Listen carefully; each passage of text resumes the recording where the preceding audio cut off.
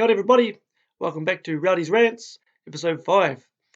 Today's classic album goes out to a very, very good friend of mine, Chris McNair. I love the McNair family. They've always been really, really good to me. I grew up in Cambridge. Mr. McNair, Dave, was a teacher at my school when I was real young, and then, hanging out with his boys, Jared and Chris, got to know their family really, really well. And then a couple of years ago, I actually worked for Dave when he was the principal at Gordonton School. So he was my boss for a bit too. So Chris, um, we used to hang a lot back in the day and listen to classic albums. And yeah, man, I know that you really dig this album. That's one of your favorites. And I know that it's one that you and I used to listen to a lot because I'm pretty sure for quite a while you and I were the only ones who liked it. Um, so man, this goes out for you, Chris. Hope you enjoy it, bro. All right, so this album is Ritual, D-Lo Habitual, Jane's Addiction.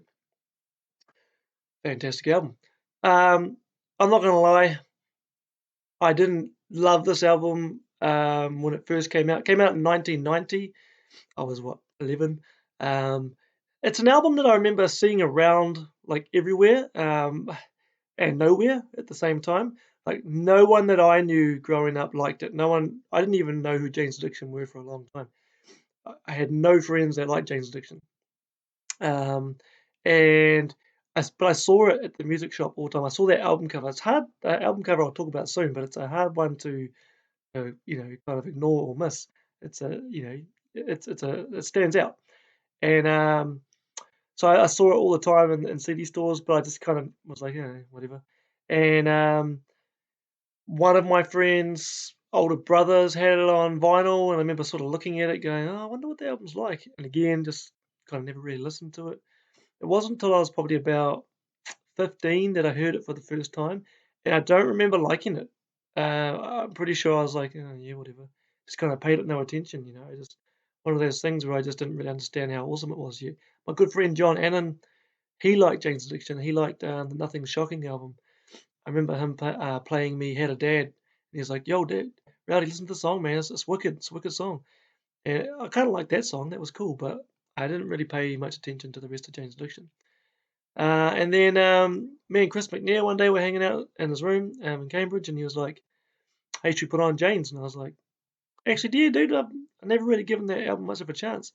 And he put on the album, and the first song smashed in, "Stop," and which I'll talk about soon.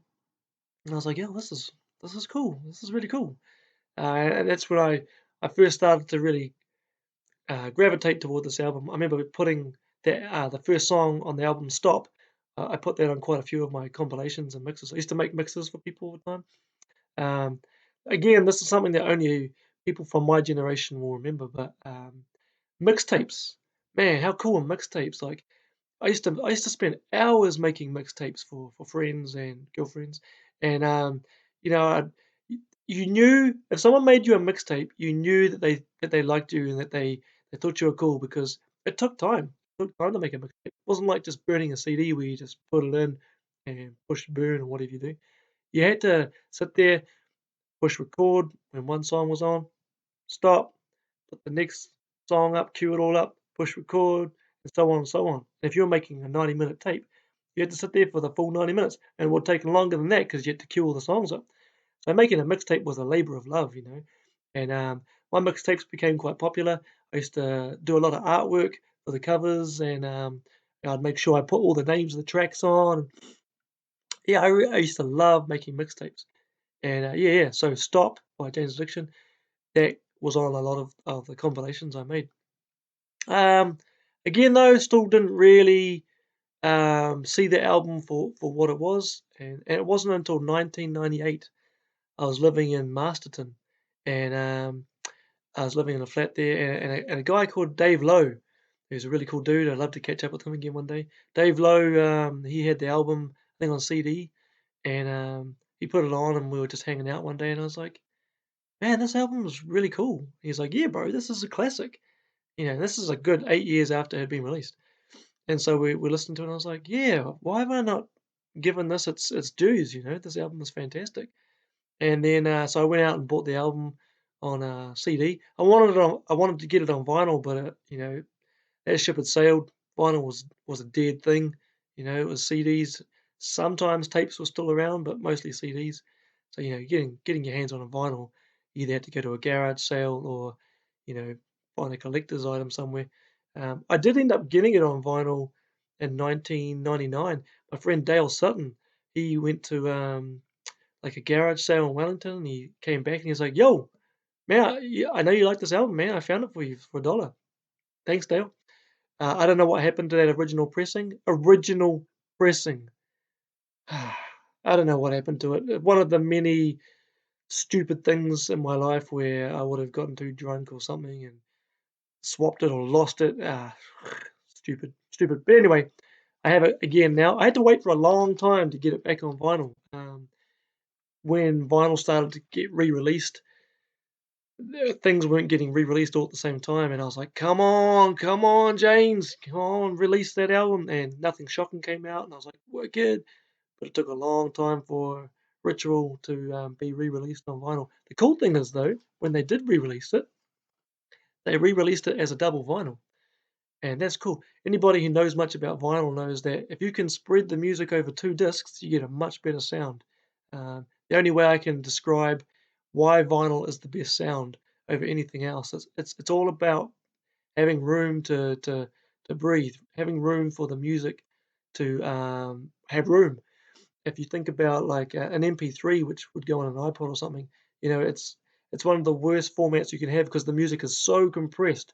It's like if you've ever been to a concert hall. Who's ever been to what's it called, Cathedral Cove, in Coromandel, and you go in there and there's this big, beautiful um, rock, but the acoustics in there are amazing, and they take choirs in there so they can sing in there, and it's because there's so much room for the sound to escape, or to reverberate. When you've got a vinyl, the needle's cutting the groove, and the sound is being sort of almost recreated in the room. You put it on a CD, you've got to squeeze that sound down. You've got less room for that those files or that sound to be present. You squish it even further down into an MP3. It's kind of like if you're talking, this is talking for vinyl, and a CD is kind of like this, and then MP3 is like this. It's not as clear. It's just that's how the best way I can describe it. So re-release, got it now. It's on double vinyl, and I'm pretty jazzed about it. Cool. Let's get into the album. So, um, basically, sorry, I forgot to mention, my good friend Leif, him and I, we bonded a lot over this album as well. There's a time we were living in Tauranga together, and neither one of us had a job. We just used to spend our days listening to records, and Jane's Addiction's Ritual is definitely an album that him and I would sort of play and talk about and spend a lot of time discussing. I miss you, Leif. Hope you're doing well, man. Okay, so so the album was released in 1990 on Warner Brothers, August the 21st. It was recorded or produced by Dave Jordan. Dave Jordan, I feel, is a producer who doesn't get enough love. He's done a lot of cool albums over the years, and it has, I don't know, maybe in some circles people think he's the man, but I don't hear a lot of people talking about him as a great producer. So, Dave Jordan, props, brother, props. He did some of Alice in Chains stuff, which is awesome. Alice in Chains, I'll be doing some of their albums soon. So, yep, Dave Jordan did this one. The album's kind of split into two parts. So, if you owned the original record, the first side A, is kind of your more straightforward rock songs. They're drivey, and they're kind of about their own things, which we'll go through. And then the second side is a very different side. The songs are much longer. They're more of a journey, and they are a dedication. The second side of this album is a memoriam to Ziola Blue, who was Perry Farrell, the vocalist. It was his first girlfriend, I think, one of his first girlfriends. I'll get into that a little bit more later on, but yeah, that's how the breakdown happens. My really good friend Steve Tate, has told me many times that the second side of this album he just loves, and he would, you know, get his vinyl out and drop the needle on the second side and just lie in bed and just go on a journey. Steve Tate, and you're another dude that we've talked about this album a lot, and I know we both love listening to it. Hope wherever you are, I know you're in Auckland, but I hope you're doing well, bro. Love you. Um, okay, so we'll get into the album artwork because the album artwork is intense. It got banned. It got banned. And this is back in the day of the PMRC. If anyone doesn't know who the PMRC were, that was I think it was Reagan's wife, Reagan or Jimmy Carter's wife. One of those two presidents. An organization started, whereas PMRC was the parents. Uh, Oh man, I can't even remember what it stands for, but basically the PMRC were a group who tried to look out for the well-being of all the young children out there. And while that sounds like a great and noble thing, they did try to censor a lot of stuff out there in the community. And the PMRC did not like this cover. And let's have a look at it. It's pretty explicit. There's a pretty intense three-way going on this cover, and there's some interesting kind of nudity. But this album cover, it's not a photo. It's actually what's his name? Perry Farrell, the singer. Him and his girlfriend, they actually made like sculptures. They sculpted the characters, and then they got a whole bunch of decorations, and they created this really amazing scene. It's quite big actually. I've seen the original in a documentary, and it stood. It would take up the entire wall of a standard house. And they made this thing. And Perry Farrell said he was really into Santeria, and Santeria is like kind of Latin. A lot of Spanish cultures sort of have their belief in witchcraft. It's not voodoo. Voodoo's different. Voodoo's sort of more Haitian, but Santeria is like witchcraft, I suppose, or um, spiritual healing. I don't know. Anyway, but Perry Farrell was really into that, so they put a lot of kind of Santeria type stuff all over this sculpture, and that's where the photo came from for the album. And it does have three naked people on there, and I'm going to talk more about why that's what that theme's all about when I get to the songs. But what actually happened was Warner Brothers got pressure put on them. A lot of record shops were like, "Nah, man, we ain't putting that in our window. We're not having that in our shelves. There's propriety. You cannot have people doing those types of things." So Warner Brothers had to put the pressure on Jane's Addiction to come up with an alternative album. And the alternative album I thought was hilarious because I really view it as Perry Farrell's way of just saying to the man, like, cool, you want us to change that? Here's your album cover. And it was just white, plain white, Jane's Addiction, Ritual Dido Habitual written on it. And it was kind of like, have nothing then. If you're going to be crybabies, have nothing. Um, what it did have on there, though, was it had a section of the First Amendment in America. And the First Amendment is freedom of speech. So, yeah, I think that was quite clever just to say, here's your blank, know nothing album cover. And we're just going to put to remind you on there that freedom of speech. Art is an expression, and we should be able to say what we want. That's a tricky one.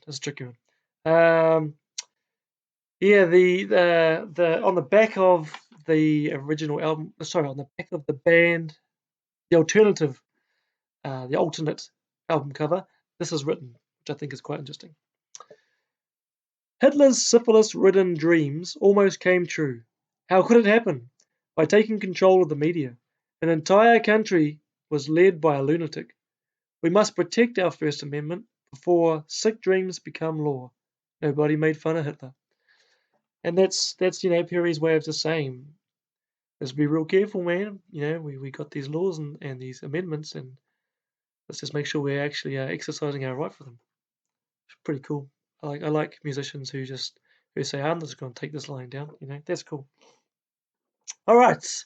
Um, People say that Nirvana's Nevermind was the album that really pushed alternative music into the mainstream, pushed it into the forefront. Um, I disagree. I think Ritual Dealer Habitual was the one that did that. It had a good 2 years. Oh no, it didn't. 1 year. It came out a year before Nevermind.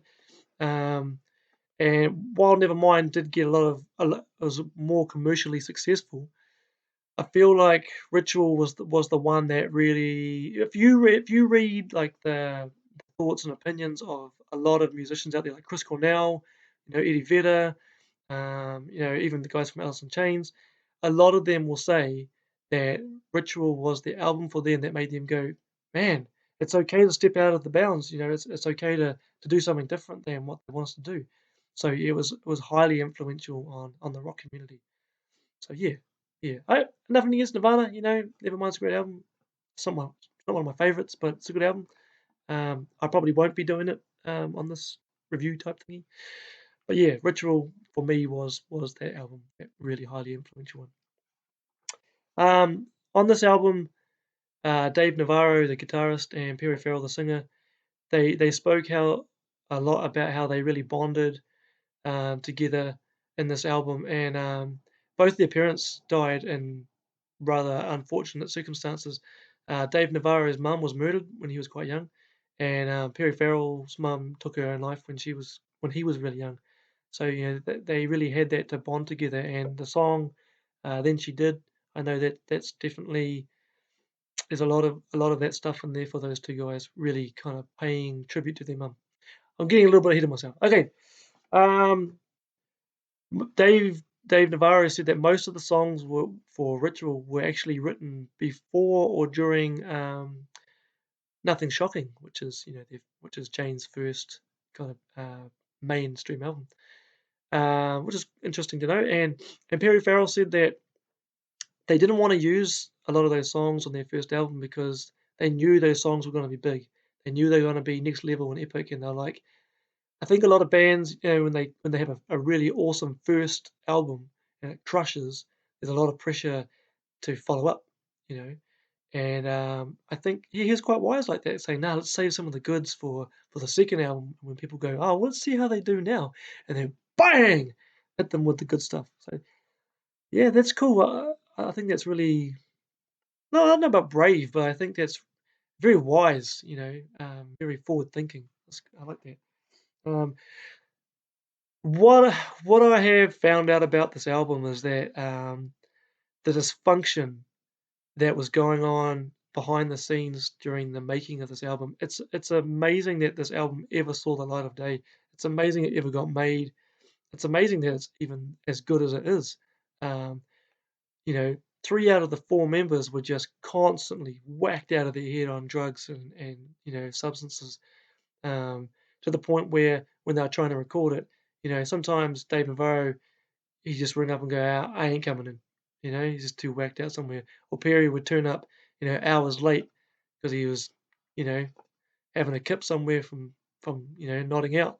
Um, the poor old bass player Eric Avery, he said that he was clean during the making of this album, and he was actually studying astronomy, and he just said it was just a bit bizarre for him, just to see what was going on. And I kind of relate a little bit, I mean, like, I'm 13 years sober now, and I still go to parties, and I still hang with all my friends, and they still do their thing, and there's no judgment from me. People can do what they want. I got no judgment, but I know I do get to that point at the party at about 10 o'clock where I'm like, yeah, yeah, yeah, yeah, bro, you told me that. Yeah, yeah, yeah, yeah. Stop spitting in my eye, man. Okay, bro, and I just gotta go home. And it's not that I don't like my friends or anything like that, but it's just you get to a point where you're like, I'm not in the same waka anymore, we're on a different path, man, and it's a different vibe, and I just can't dig it. I gotta go home. Imagine what that must be like, making an album with your bros, and all your bros are just whacked out all the time, and you're just trying to, love the music and get into it, and you got these monkeys just constantly throwing crap at each other. That'd be pretty hardcore. Eric Avery and Perry Farrell, just they were at odds the whole way through it. They just really, the communication broke down. And I know that when Jane's Addiction got back together for their '97 Kettle Whistle album, Eric was like, "Nah, man, count me out." Fair enough, you'd had enough. But yeah, the dysfunction going on during this album was just out the gate. Drugs. It's just a sad thing that back in those days, especially in LA, drugs and rock music just went hand in hand, and a lot of people fell into it. It's just real bad, and we've lost a lot of great musicians through it. It's really tragic. Anyway, I'll get off my soapbox. Um, so let's get into the album intro. This is really, really cool. Um, so the album kicks off with a lady who's I forget her name, but the band described her as like the Latin Marilyn Monroe, and she's speaking Spanish, and it's this really beautiful kind of spoken word. It's kind of sexy in a way, but um, but basically what she's saying, translated is, "We have more influence over your children than you do, but we love them. Bread and spread in Los Angeles, Jane's Addiction." And then it kicks into dank, dank, dank, dank, da da da dank, dank, dank, dank, dank. Here we go! And stop smashes into the beginning of the album. And yeah, I just love bands that their first song just goes, "We're here, boom," and they just kick into high gear. That's fantastic. Stop is a great song. As I said before, it's the first song on this album that I really, really got into. And yeah, it's cool. It's cool. The first part again with the Spanish, it's kind of Pied Piperish, you know. It's kind of saying to the bourgeoisie that we own your children and they listen to us more than they listen to you, and they'll follow us and we'll lead them to something better than what you want for them. Well, it's quite intense. Okay, so the song "Stop" was kind of based on, or the lyrics were based on a doco called uh, Capanaquista. Yeah, Capanaquista. I think I said that right. If I didn't, sorry. But basically, the documentary is about, this is like in the 80s, the early 80s that this documentary came out, and it was about how the world is spinning out of control and it's getting to a point where we're taking over the planet, and where the businesses are, caring more about profit than people, and the world is lit to pop, and ain't anybody gonna stop. And yeah, far out, man. Fast forward to where we are now. Kind of true. So, Perry Farrell's really singing about that the idea that the world's spun out of control. We've got to stop. We've got to stop. And yeah, the song was written in a clothing store, in like one of LA's only punk rock clothing store, and that's where the jam space was for the band, and they wrote it in there. And I don't know, Dave Navarro said it was kind of cool. They were practicing. There's just wall to wall Doc Martens and you know punk clothing and leather pants and stuff. It's kind of cool. Um, oh, there's a really cool part in the song with the breakdown where it says, "The water will run," and I know that Maynard from Tool in the Anima album really talks about this too. The idea that LA could just be, you know, uh, washed away, you know, washed away by a tidal wave or a flood or something, and just wash all the grime away, get rid of it. Um, yeah, I've been to LA. It's not the nicest place in the world. I can understand why people would want it to wash away. Right, next song's called "No One's Leaving," and this song is Perry's kind of ode to his older sister, who she got kicked out of home. Get this, she got kicked out of home because she had a black boyfriend. I mean, that's in today's world that seems bizarre, but unfortunately, there have been moments in our history where people can't get over that whole idea that if your skin's a different color, it's not a big deal. Um, so yeah, his sister left home with her boyfriend, and they ended up living in a park, in a car, and they had a kid together. And Perry's just like, "Yeah, man, you might be out of the house, but you ain't out of the family. No one's leaving," and that's cool. That's beautiful. I like that. I like that he had his sister's back. After that, the song is "Ain't No Right," and the beginning of the song starts off. It's got this kind of cool intro where he's like, "My sex and my drugs and my rock and roll," and that is um, that is a line from a song by Ian Drury and the Blockheads, and he's just kind of, I don't know, paying homage, I suppose. But at the same time, there's a part in the intro where he says, "Get your piss cup out of my face." And what was going on was the record label wanted Perry Farrell to take a drug test. I don't know why.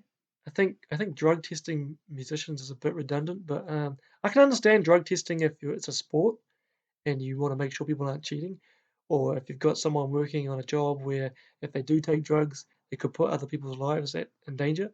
But drug testing a musician, I mean, okay, so let's say he's wasted, so what? I just don't get it. So Perry Farrell was like, "Pff," and he refused to take it. He refused to do it. They're like, well, there'll be consequences. He's like, bring it. So yeah, get that piss cup out of my face. I like that part of the intro. That's cool. But the song ain't no right. Um, this is just my interpretation of the song, but it feels like, he's saying, I am skin and bones, I am pointed nose, but it makes me try. He's saying, yeah, I'm not much to look at. I'm not the most handsome dude in the world, but man, that gives me the emphasis to go out there and really work hard at my craft. And I feel like the whole way through the song, he's saying, if you want what you got to do, if you want to do what you want to do, you got to work for it, you got to fight for it, and don't let anybody tell you what you're doing is wrong because there ain't no wrong and there ain't no right. There's only pleasure and pain. That's my interpretation of that song. Next song is called Obvious, and Perry Farrell has to this day said that he doesn't want to name the person who he wrote the song about. The person was someone that he detests, and this person highly criticized him, for most of his life, and but he did it in a really obvious way. He wasn't insipid about it. He wasn't like I don't know, subtle about it. And Perry Farrell was like, "I see you, man. I see you. I see through you. You can't see me, but I see through you." That's what that song's about. Cool. After that, it's called "Being Caught Stealing," which I think became one of their most popular tracks. I know it was played on MTV a lot. And the beginning of the song's really cool. It's got this dog barking in it, and that wasn't like a hey, let's put a dog in there. It just kind of happened. They were kind of recording the song and doing a few takes, and Perry Farrell's dog kept bloody barking. I don't know why they took the dog to the studio in the first place. They're like, oh well, he's barking, might as well put him in the studio and let him go for it. And then it became a part of the song. It's pretty cool. But the song, Perry has said that as a kid he really enjoyed stealing from shops. It's pretty funny. He used to go in and just I don't know. They used to play stickball on the street and he used to go and steal little rubber balls so he can go and play with his friends. And after a while, he's like, oh, I wonder what other things I could steal. And he started to steal more and more, and he got caught one day. But he said that he never felt bad about it until he became like an adult, and then people started stealing from him. He was like, "This sucks! I can't believe that someone would take." Ah, yeah, karma, karma. He said it's kind of funny in the end. So that's our song being called stealing. It's a cool one. Right, then we flip the album onto side B, and now this side takes on a very different feel to the first part of the album. As I said, the songs are longer. It's more of a journey, and it is a dedication to Ziola Blue, who was a good friend and a lover of Perry Farrell. Um, she died of a heroin overdose, and it really cut him, as it would. And yeah, he wanted to dedicate a lot of thoughts and feelings to her, and it all came out in the songs on this side of the album.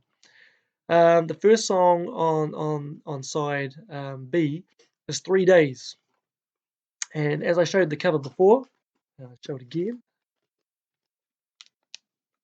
3 days, three lovers in three ways. So yeah, it's about a three-way.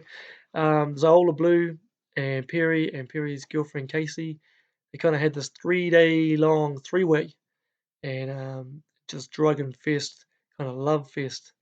Um, I don't know. Some people were like, "Oh, that sounds great."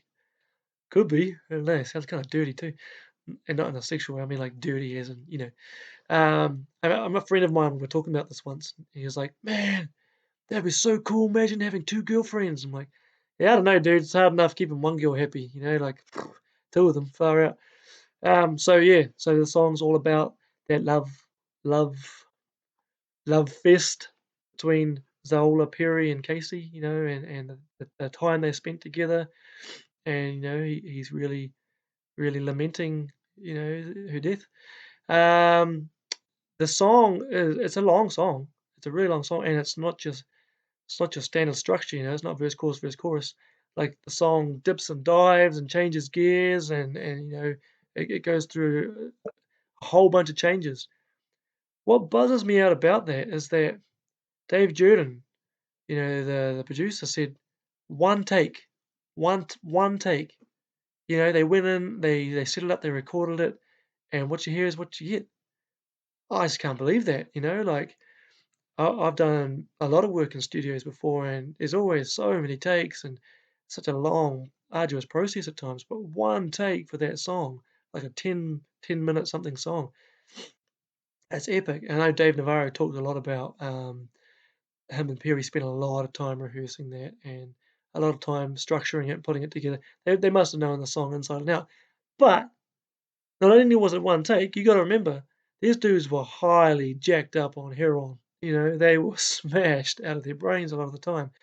To pull that off, like, if you don't even like Jane's Addiction, if you never really got into them and you don't even rate them, you gotta give them credit for that song. That's I don't know. I can't say anything more about this. It's epic. It's epic. Can't buy. Can't buy, guys. Okay. Right. After that comes the song Then She Did, which is a beautiful song. I really like that song. It's another one that has a real journey to it, and it sort of dips and dives, sort of undulates and, goes all over the place. But yeah, again, it is about Zola Blue, but it's also about Perry and Dave's mums. It's a really personal, very emotional song, and it's got some beautiful guitar parts in it. Um, I'm pretty sure that Perry plays keyboard in there somewhere as well. No, no, that's an obvious. We skipped that song. Never mind. But yeah, it's got some great um, instrumentation throughout the song. If you want to go back and listen to it, just put some headphones on and sit in the sun. It's a real man. It'll take you to a different place. I can't say too much more about the song, but I like it. I like it a lot.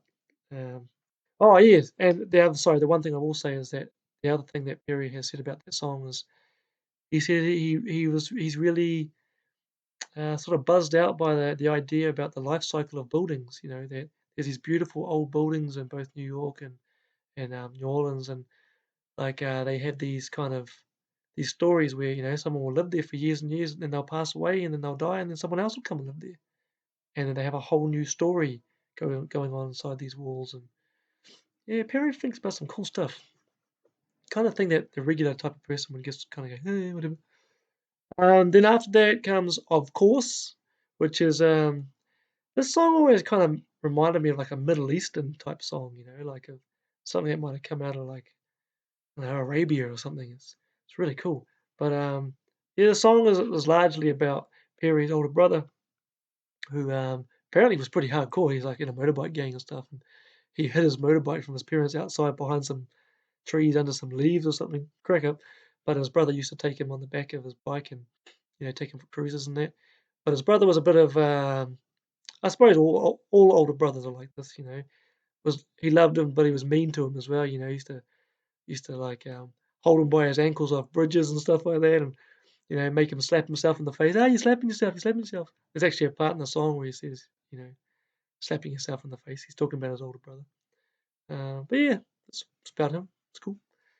And the last song on the album is called "Classic Girl." Perry said at the time he wrote this and dedicated it to his girlfriend Casey Nicolai. But he has another interview said, I said that at the time, but really it's more about classic beauties. He said that during the time he wrote this, a lot of songs were coming out by hair metal bands and stuff, and he felt like the he's not a what do you call it, a brute or a buffhead or a macho man.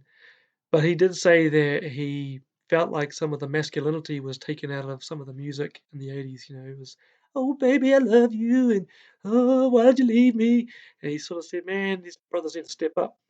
And he said he used to love, like, the old soul singers who'd really sing about, romance, and real classic beauties. And he wanted to write a song kind of like that. Um, yeah, I can dig that. I can dig that. So, yeah, that's the album.